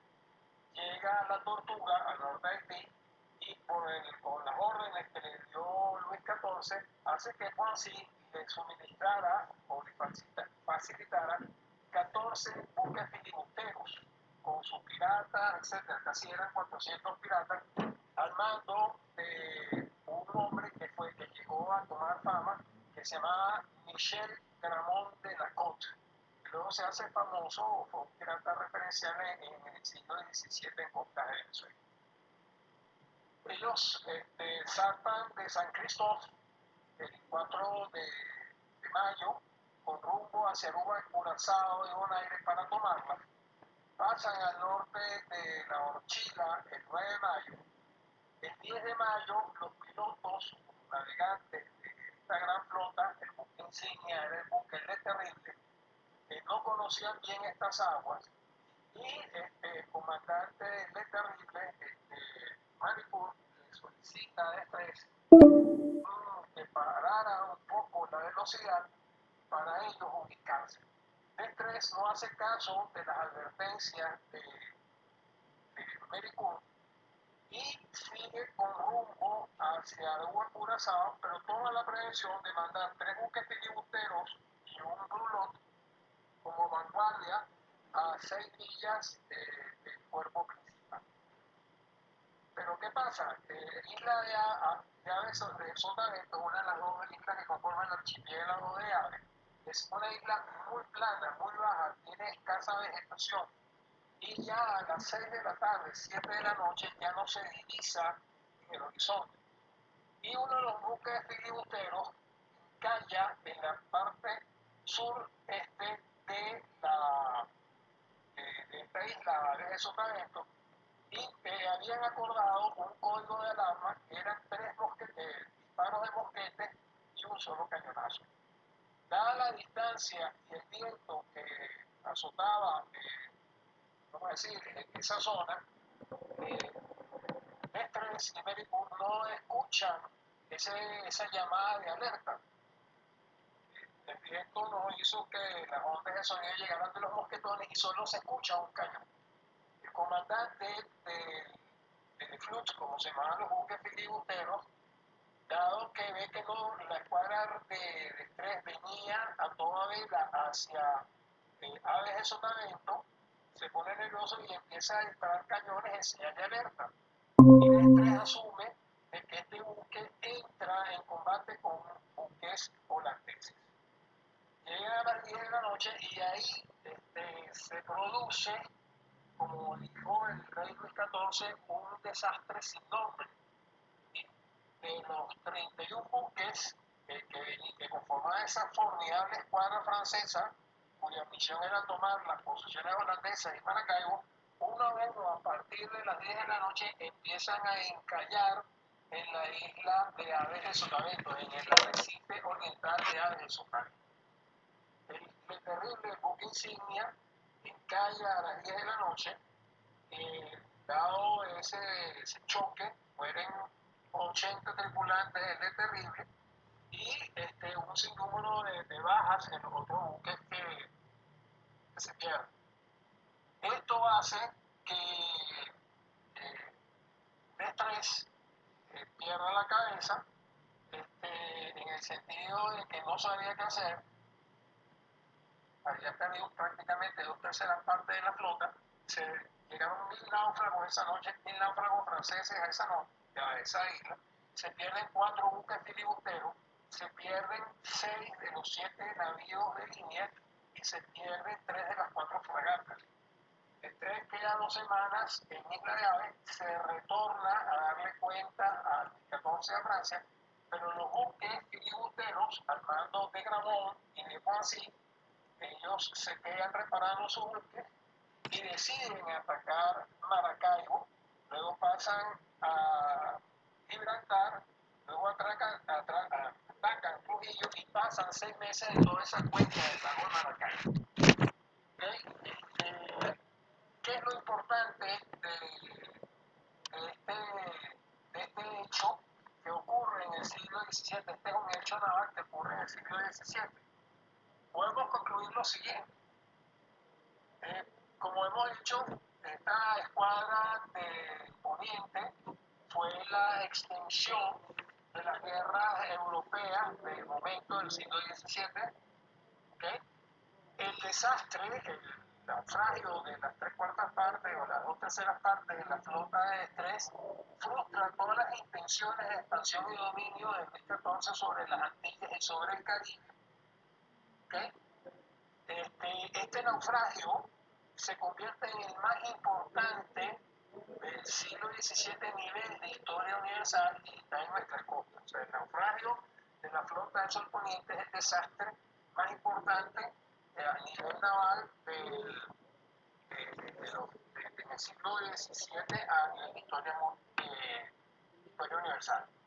También es el punto de inflexión donde es el inicio o es la génesis de la época de oro de la piratería del siglo XVII en el Caribe venezolano e inclusive en el Caribe de las Antillas del Norte y en Panamá, México y el Golfo de México.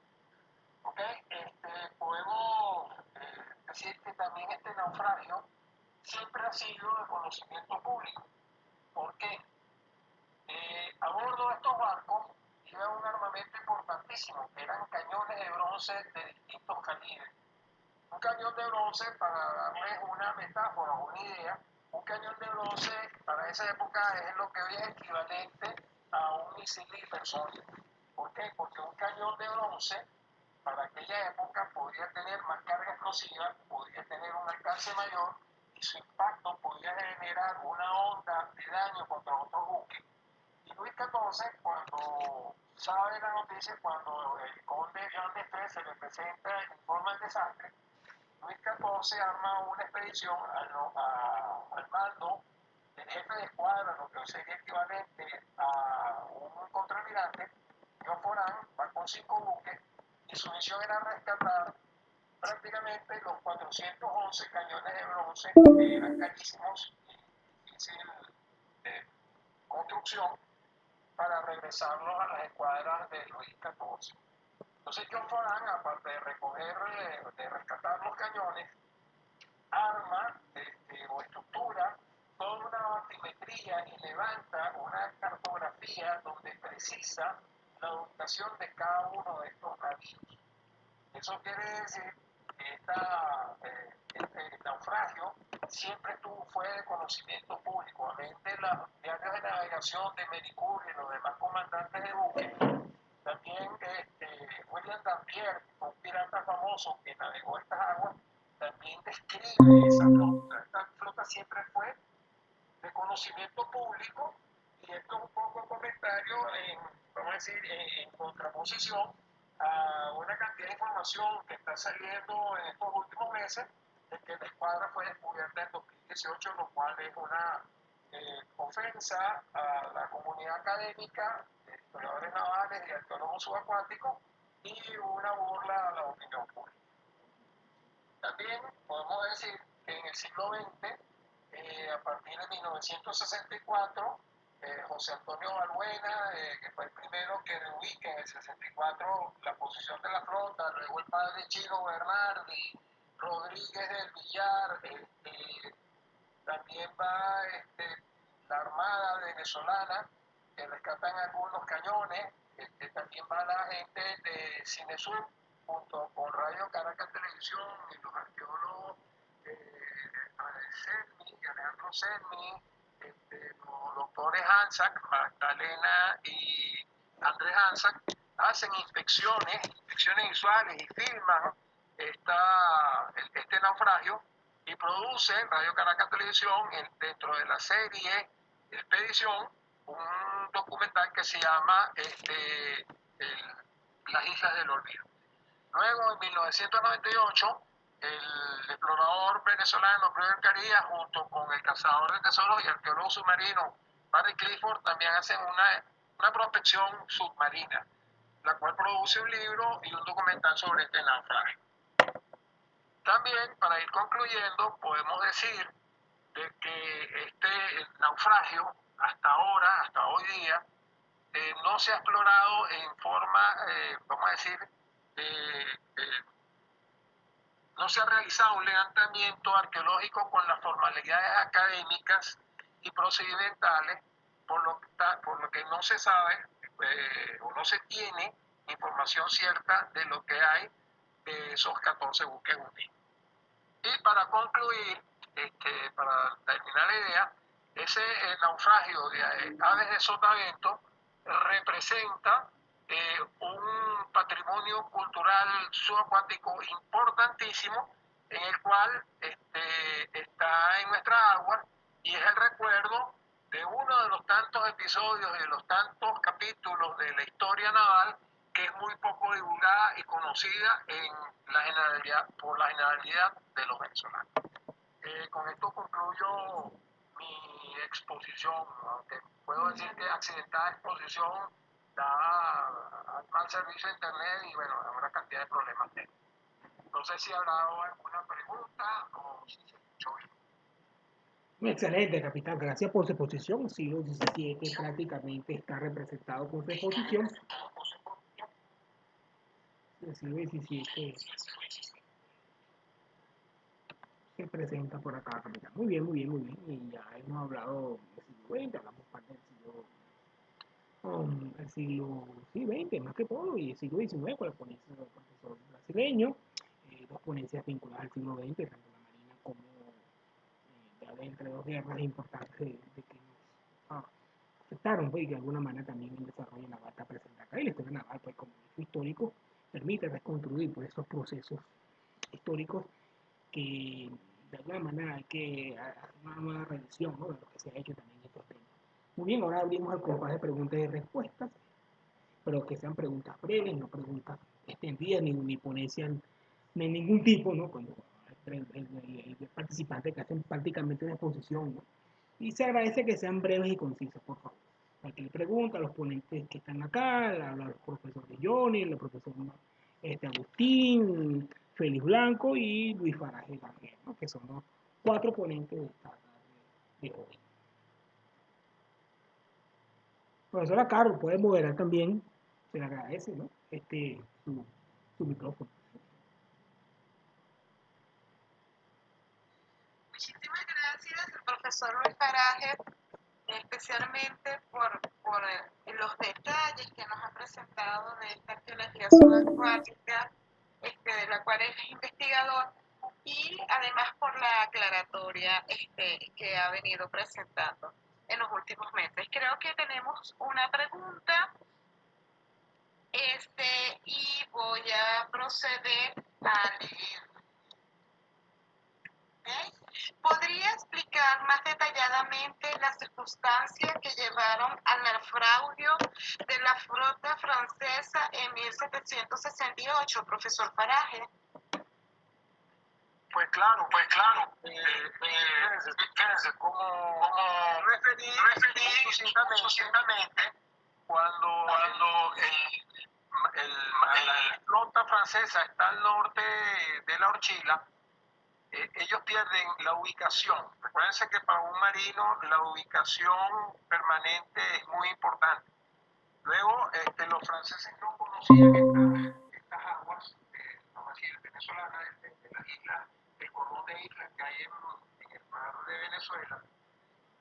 No se habían podido posicionar por astronomía, por sextante. ¿Okay? Los pilotos no tenían certeza de dónde estaban, y de estrés, dado que era mariscal, es nombrado posteriormente almirante, pero de estrés era un hombre del ejército, era un hombre impetuoso, era un hombre que no aceptaba recomendaciones, a menos de que tomó una decisión de mandar unos buques de 6 millas adelante, y que lamentablemente por cuestiones de la brisa, el viento, o tal vez el sonido, subestimaron el sonido de los mosquetones y del cañón, el estrés confundió la señal de aviso, de alarma del buque antitirotero con un combate. Entonces también hay una leyenda negra, dicen que los holandeses, unos que holandeses, para tenderle una trampa a la flota francesa, encienden fogatas dentro del arco de Isla de Aves de Sotavento, hay 101 islotes, y de noche se creyó que era buen aire. Y pensó también que el cañoneo que había realizado el buque filibustero, había creído, lo confundió en vez de una señal de alarma como una señal de combate, y ordena dar toda la vela, y es por eso que los buques de línea y las fragatas entran con tanta velocidad al arrecife oriental de Aves de Sotavento. Es un arrecife coralino. Ese coral apenas tiene de profundidad 3 o 4 metros. Los barcos de Jean d'Estrées calaban, tenían, vamos a decir, la obra muerta, la parte del barco que iba dentro del agua, eran de 8 metros, eran buques bastante grandes, y es por eso que encallan en esos arrecifes que son como hojillas cortantes, y averían totalmente los barcos, no los pueden rescatar. Los únicos buques que pueden rescatar son los buques filibusteros, que los llamaban la flux, porque eran buques bastante delgados, desde la proa hasta la medianía, o sea, de la parte de delante hasta la parte del medio, eran buques bastante alzados, y lo que te representaba más estructura era la parte de la popa. Entonces, Gramont con Poinsett se quedan 3 semanas más en Isla de Aves, ¿ok? Preparan a todos los buques, agarran cañones y se equipan con los restos de los buques que habían quedado en Aves de Sotavento, y ya fortalecidos y, vamos a decir, potenciados, inician el ataque a La Guaira, luego a Gibraltar y luego a Trujillo. Esos son los motivos que nosotros sabemos. Hay otros autores que dicen que la mañana del 11 de mayo que hostigaron a la escuadra francesa, pero en los diarios de navegación, tanto del Le Terrible como del Le Tonant, que están en el en el Museo de Biblioteca de Trocadero, en los archivos de Trocadero, no sale ninguna reseña de ese hostigamiento. Entonces nos tendemos, vamos a decir, a la fuente, decir que tal vez por la soberbia de estrés, de no parar los buques o el avance de los buques para ubicarse y llegar lo más rápidamente posible a Curazao de Bonaire, esa arrogancia le causó que su escuadra, las 2/3 partes de la escuadra encallara, amén de que habían colocado o tomado ciertas medidas. No sé si con esto se responde la pregunta.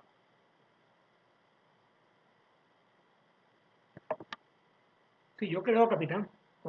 Pues también la profesora Yajaira Elena Freites, que también ha sido prácticamente participa mucho en este tipo de clase abierta del tema de la historia de la tecnología, historia de la ciencia y también historia militar. La profesora Yajaira nos tiene una pregunta para el profesor Santana. Uno, ¿la tripulación era de Portugal o se habían formado en Brasil? Dos, ¿hubo una escuela naval en esa época en Brasil? Sim, no, no, no período que eu coloquei, final da primeira metade do século XIX, metade, a parte já não era mais português. Os elementos portugueses que nós podemos encontrar na Armada Brasileira são notadamente alguns oficiais que haviam aderido ao processo de independência em 1822. E alguns desses oficiais tinham o posto de almirante, tanto é que eles falam ativamente dentro do plano. E mais, não só portugueses, oficiais, mas a Marinha do Brasil ela tem uma longa tradição por ter uma forte influência de oficiais ingleses que vieram para cá da independência jovens, foram como escolta, que eram oficiais já de idade, mas os oficiais mais novos, que eram oficiais já independentes na época do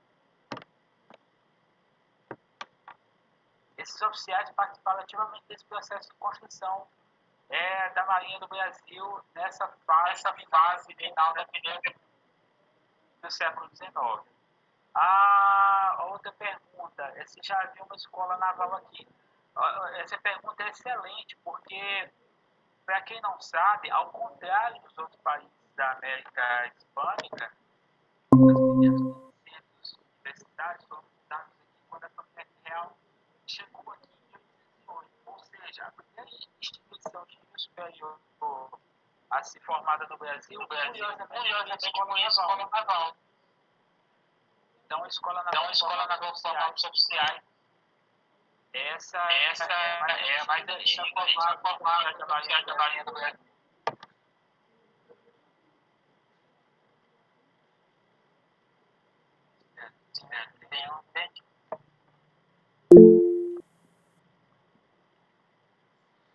Muchísimas gracias, profesor Johnny Santana.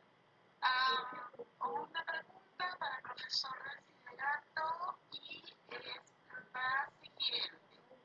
Interesante que Italia haya sido escogida para la compra de submarinos. ¿Usted podría aclarar por qué fue escogida Italia para la compra de los submarinos?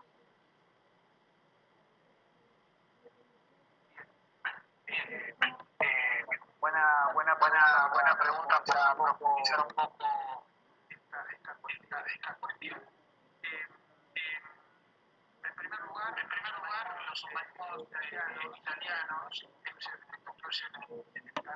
Taranto, en Italia, eran submarinos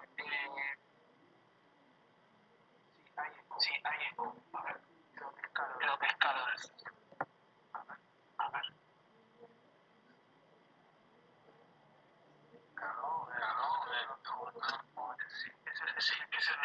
Montserrat de Renard. Ahí está, perfecto, gracias. Ahí creo que se escucha mejor. Entonces, bueno, la primera opción es porque por un tema económico, la Armada Argentina hace varias averiguaciones entre los submarinos alemanes, británicos, franceses e italianos, incluso evalúa presupuestos en Japón y en Estados Unidos, pero los fabricantes italianos ofrecían mejor precio. De hecho, la Armada Argentina en estos años tiene una muy buena relación de compra de armamentos en Italia, ya había comprado varias unidades en el pasado, ya está acostumbrada a esto de que los astilleros italianos ofrecían muy buenos buques, muy buenas naves, con un cuadro marcados.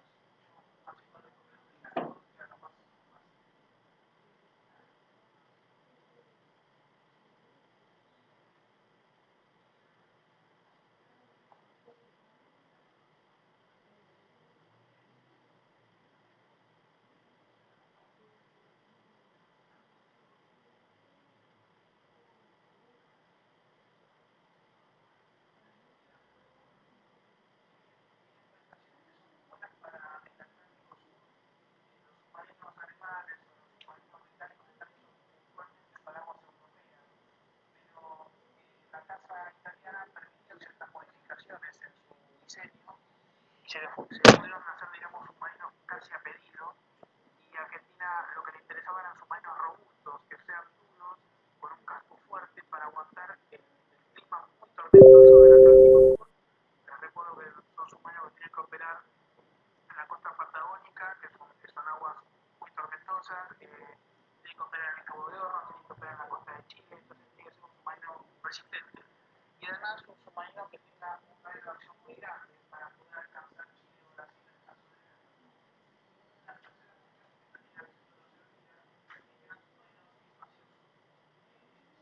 Tienen autonomía de suministros elevada para tener un accionar operativo grande.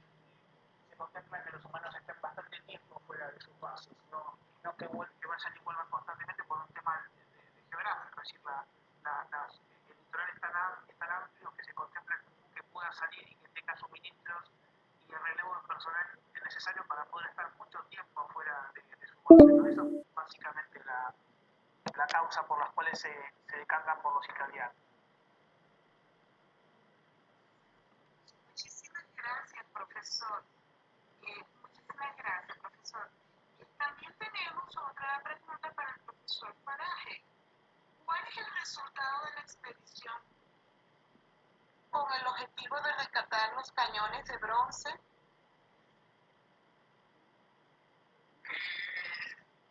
Sí, claro, sí, el contraalmirante John Foran, él llega en octubre de 1678 a Isla de Aves y durante